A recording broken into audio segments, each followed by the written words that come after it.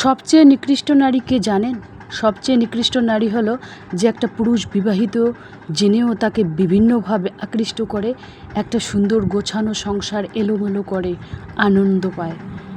হৃদয়ে কিছু ব্যথা থাকা ভালো। ব্যথা না থাকলে হৃদয়টা আল্লাহকে ভুলে যায়। তাই কষ্টও একটি নেয়ামত, আলহামদুলিল্লাহ। পুরুষ তোমাকে কখনো বলবে না যে থাকলে থাকো, না থাকলে চলে যাও, কিন্তু পরিস্থিতি এমন তৈরি করবে যেন তুমি তাকে ছেড়ে চলে যেতে বাধ্য হও। আমি একজন গ্রামের মধ্যবিত্ত ঘরের গৃহিণী হয়ে আমার সঞ্চয়ের 3 লাখ টাকা কীভাবে 6 মাসের মধ্যে ডবল করলাম, সেই বিষয় নিয়ে আলোচনা করব। তো নতুন দিনে নতুন আরেকটি ব্লগ ভিডিও নিয়ে হাজির আমি আপনাদের মাঝে, সাভানা, ভারতের ছোট্ট একটা গ্রাম শীতলকুচি জেলা থেকে বলছি। তো welcome back to my channel. আসসালামু আলাইকুম। তোমরা সবাই কেমন আছো? আমি আশা করি তোমরা সকলেই ভালো আছো। আলহামদুলিল্লাহ আমিও ভালো আছি, আমার পরিবার পরিজনদের নিয়ে আলহামদুলিল্লাহ আমি ভালোই আছি। আর আমার প্রাণপ্রিয় কলিজা আপু ভাইয়েরা, তোমরা সবাই কেমন আছো? আমি আশা করি তোমরা সকলে ভালো আছো। তো চলো, বরাবরের মতন ব্লগটা সন্ধ্যা থেকেই শুরু করে দিলাম। তো চলো ব্লগটা দেখতেই থাকো, আশা করি খুবই ভালোই লাগবে। আমি সন্ধ্যা থেকে ব্লগটা এই কারণে চালু করলাম, আমি এই ড্রেসটা পরে শ্বশুরের বাসায় গিয়েছিলাম, প্লাস মায়ের বাসায় গিয়েছিলাম। দেখুন এই যে ব্যাগটা এখনও বিছানায় আছে, এখনও ড্রেসটাও খুলিনি, ঘড়িটাও এখনও রাখিনি, রুমালটাও রাখিনি। তো যাই হোক, সারাদিনে সংসারের কাজকর্ম করার পর মনটা একটু বিকেলের দিকে ছটফট করে যে কোথাও একটু হাঁটাহাঁটি করি, একটু বেরিয়ে আসি, বেশ ভালোই লাগবে, মনটা ফুরফুরে চনমনে হয়ে যাবে। এই বিষয়গুলোর দিকে আমি খেয়াল রাখি। কারণ দেখুন, একজন গৃহিণী কিন্তু সারাদিনে সংসারের কাজ করে কিন্তু ক্লান্ত হয় না। যদি একজন গৃহিণী কিন্তু বেশি কিছু চায় না, অল্প সামান্য একটু আশেপাশে থেকে একটু হাঁটাহাঁটি করে আসা বা এখানে ওখানে একটু বেরিয়ে আসা, বাস জাস্ট এতটুকুই। একটু সাজুগুজু, একটু ভালো পোশাক বলতে কি যে পোশাকগুলো আছে ঘরের ভিতরে, সেই পোশাকের মধ্যেই গরমের দিনের আর কি। আমি কিন্তু গরমের দিনে কম দামি পোশাকগুলোই বেশি পরি। তো এইটা আমি নিয়েছি, পরশুদিন নিয়েছি মেয়ের কাছ থেকে। এটা পড়েছে 1000 টাকা। এই ড্রেসটা পড়েছে 1000 টাকা, মানে একই কালারের, গোলাপি কালারের ড্রেসটা। তো একটু আটিয়ে ছাটিয়ে নিয়েছি, কারণ খুব এটা ডাবল এক্সেল ছিল আর কি, খুব ঢিলা হচ্ছিল আর কি। তো যাই হোক, ড্রেসটা আমাকে কীরকম লাগছে একটু কমেন্ট বক্সে লিখে দিও। আর এই গরমে টিনের ঘরের কাজকর্ম করতে তো হবে। আর মেন টপিকে আসি, আমি একজন গ্রামের মধ্যবিত্ত ঘরের গৃহিণী হয়ে আমার সঞ্চয়ের 3 লাখ টাকা কীভাবে 6 মাসের মধ্যে ডবল করলাম। দেখুন, আমি কিন্তু তোমাদের কাছে যেটাই বাস্তবে সেটাই কিন্তু আমি তোমাদের কাছে তুলে ধরি। যাই হোক, মানে টাকাটা কোথায় ইনভেস্ট করলে আমাদের লাভ হবে আর কোথায় ইনভেস্ট করলে লস হবে, সেই দিক দিয়ে আমাদের কিন্তু খেয়াল রাখতে হবে। হ্যাঁ, তো মানে ইনভেস্ট বলতে কি, মানে জমানো সঞ্চিত যে কোনো টাকাই হোক না কোনো, জমিতে যদি আমরা ইনভেস্ট করতে পারি, রাস্তার ধারে জমি বা দোকানপাট করার বিষয়ে যে জমি নেব, জমাতেলি জমি নেব, সেই জমিটা যদি আমরা নিয়ে রাখি, 3 লাখ টাকা দিয়ে আমি কিন্তু সেই জমিটা নিয়ে রেখে দিয়েছি। তা 3 লাখ টাকা দিয়ে আমি 3 কাঠা জমি কিনে রেখে দিয়েছি রাস্তার ধারে আর কি, বাজারের পাশেই মনে করো। তো 3 কাঠা জমির দাম 3 লাখ টাকা দিয়ে কিনে রেখে দিয়েছি, মানে ইনভেস্ট করেছি। কিন্তু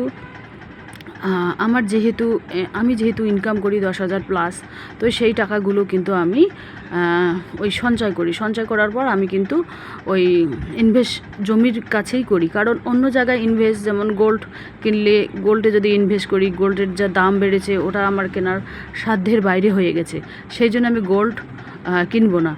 তো 3 মাস আগে কিন্তু আমি 3 লাখ টাকা দিয়ে, মানে 3 লাখ টাকা দিয়ে আমি কিন্তু জমি কিনে রেখেছি।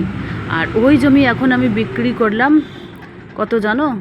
6 মাসের মধ্যেই 6 লাখ টাকা করে ফেললাম।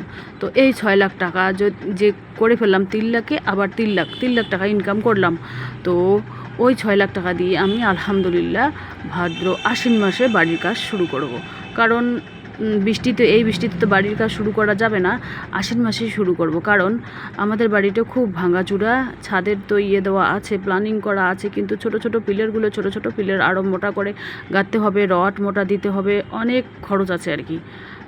তো এই 6 লাখ টাকা দিয়ে শুরু করব। হাজব্যান্ডও কিছু হেল্প করবে, হাজব্যান্ডও কিছু হেল্প করবে, মেয়েও করবে, ছেলেও করবে, সবাই মিলে আর কি করব।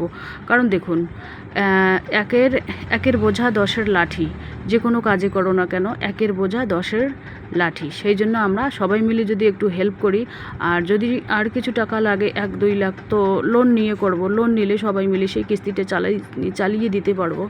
আর কিস্তি থাকলে, কিস্তির পর টাকা নিলে কি হয় যেন একটা টার্গেট থাকে যে আমাকে ওখানে মাসে 2000 দিতে হবে, 3000 দিতে হবে, এরকম একটা টার্গেট থাকে। তো প্ল্যানিং মোতাবেক যদি আমরা সংসারের কাজগুলো করে থাকি আর সবাই মিলে মাসোরা করে যে কোনো কাজ করি, সেই মাসোরাতে কিন্তু আল্লাহ খেয়ের বরকত দেয়।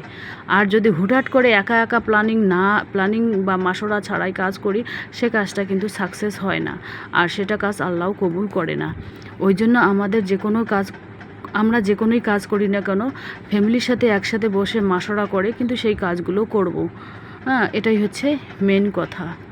আমার আব্বা মা সবসময় এইগুলোই আমাদের শেখায় যে যে কোনো কাজ করো না কেন সবাই মিলে বসে একসাথে বসে মাসোরা করে করো, তাহলে সেই কাজের মধ্যে আল্লাহ বরকত দেবে, সেই কাজটাই সাকসেস হবে। তো যাই হোক, তোমরাও চাইলে আমার মতো করে বুদ্ধি করে, যদি বেশি করে টাকা থাকে, 1 লাখ টাকা থাকলে 1 কাঠা নাও, 2 লাখ টাকা থাকলে 2 কাঠা নাও, নিয়ে একেবারে নিজের নামে জমি কওলা করে নিয়ে রাখো। 6 মাস বা 3 মাস বা 1 বছর বা 5 বছর ডবলের ডবল হবে এরকম একটা। তো আমি যে টাকা সঞ্চয় করি সেই টাকা কিন্তু আমি ওই জমিতে ইনভেস্ট করব, বাদ বাকি অন্য কাজে কোনো ইনভেস্ট করব না। আর যদি কোনো ব্যবসা বা দোকান করার ক্ষেত্রে লাগে, তখন দেখা যাবে অল্প পুঁজিতে শুরু করব, যে কোনো ব্যবসা হোক, দোকান হোক। তো কয়েকটা অগোছালো, তোমাদের সাথে গল্প করতে করতে কয়েকটা অগোছালো কাপড় গুছিয়ে নিলাম। আর যা গরম পড়েছে, বাপরে বাপ, কী বলবো। আর জ্যৈষ্ঠ মাস, আর যা গরম, বৃষ্টি আসে আর না। একদিন খালি সন্ধ্যার আগে বৃষ্টি আসছিল, টানা 8-10 দিন থেকে কোনো বৃষ্টির আতাপাতা নেই। কারণ সপ্তাহে যদি একদিন বৃষ্টি হয় বা 2 দিন হয়, তবু কিন্তু মানুষগুলো রেহাই পায়। তো এখানে তোমাদের সাথে কাজ করতে করতে ভাত বসিয়ে দিয়েছি। আমি কিন্তু ব্লগ করার আগে ভাত বসিয়ে দিয়ে ব্লগ করি। ব্লগ যখন শেষ হয়ে যায় তখনও কিন্তু ভাত হয় না। ছেলে মাছ খাবে না, ডিম খাবে, সেজন্য ছেলের জন্য ডিম ভেজে নিলাম। এখানে তলে আছে ঢেঁকি শাক ভাজা, আর এখানে দেখা যাচ্ছে কড়াইয়ের মধ্যে ভাত হয়ে গেছে। আর অল্প ভাত হলে আমি কড়াইয়ের মধ্যে রান্না করি রাত্রিবেলা, আর বেশি ভাত হলে আমি সকালবেলা রাইস কুকারে রান্না করি। এখানে রুই মাছ ভেজে নিচ্ছি আর কি, এখনই বসিয়ে দিলাম। আর পুঁই শাক নিয়েছে, পুঁই শাক রাত্রিবেলা বানাবো না, কাল সকালের দিকে আর কি পুঁই শাকটা বানাবো। তো কী আয়োজন করলাম সকালের দিকে আজকে দেখুন, এই যে পুঁই শাক দিয়ে আলুর ঘন্ট, আর একটু মাছ ভাজা রেখে দিয়েছিলাম কালকের, সেই মাছ ভাজা, আর একটু মটন রান্না করব। এখানে টমেটো দিয়ে মটন রান্না করব। টমেটো দিয়ে মটন রান্না করলে খুবই ভালো লাগে, আর গরমের দিনে লেবু খেতে হয় বেশি বেশি। আর দুপুরে হোক রাতে হোক একটু লেবু চিপে নেব আর ভাত খেয়ে নেব। তাহলে এই যে দেখুন, এখানে টিনের চালের মধ্যে আমি পাঁপড় শুকোতে দিয়েছি, আর কচুর ডাঁটি, কালা কচুর যে ডাঁটিগুলো আছে ওগুলো শুকোতে দিয়েছি। ওই কালা কচুর ডাঁটিগুলো শুকিয়ে ধুয়ে তারপরে কেটে কুটে রান্না করলে, শুকটি মাছ বা মাছের মাথা বা মাছ দিয়ে রান্না করলে হেভি টেস্ট লাগে খেতে। তো যাই হোক, আজকের আয়োজন এতটুকুই। আর বিছানাটা এইভাবে টান করে গুছিয়ে নিয়েছি। মাঝে মাঝে ছেলে এসে শোয়, মাঝে মাঝে ছেলের আব্বা এসে শুয়ে পড়ে, বিছানা একেবারে কুচকিয়ে ফেলে। তো এখানে মাছ কালকে রাতের একটু মাছ আছে, সকালের ব্লগ কালকে রাতের ব্লগ একসাথে এডিট করলাম।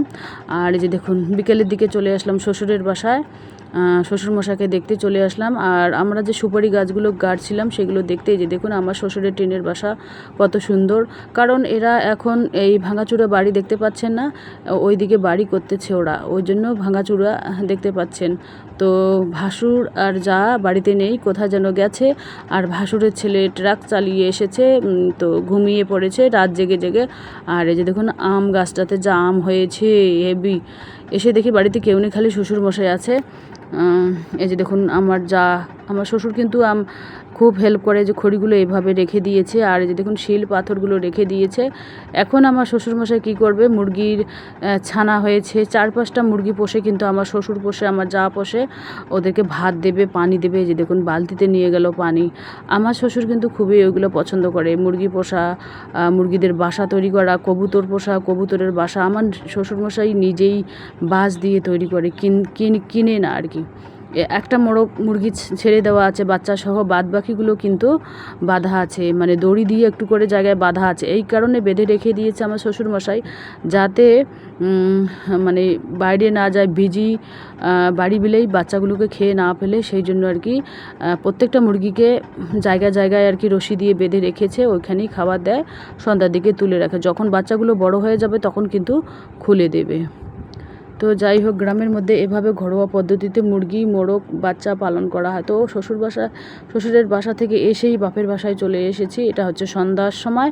তো আমার আব্বা এখানে চাউমিন নিয়ে এসেছে সবার জন্য, এই যে দেখতে পাচ্ছেন সবাইকে চাউমিন দেবে। আর এখানে থালার মধ্যে এখানে গম, চাল, তিল ওইগুলো ভেজে রেখে দিয়েছে থালার মধ্যে, ওইগুলো মানে আমাদের দিয়েছে খেতে, আমরা কিন্তু চা দিয়ে সুন্দরভাবে খেয়ে নিয়েছি।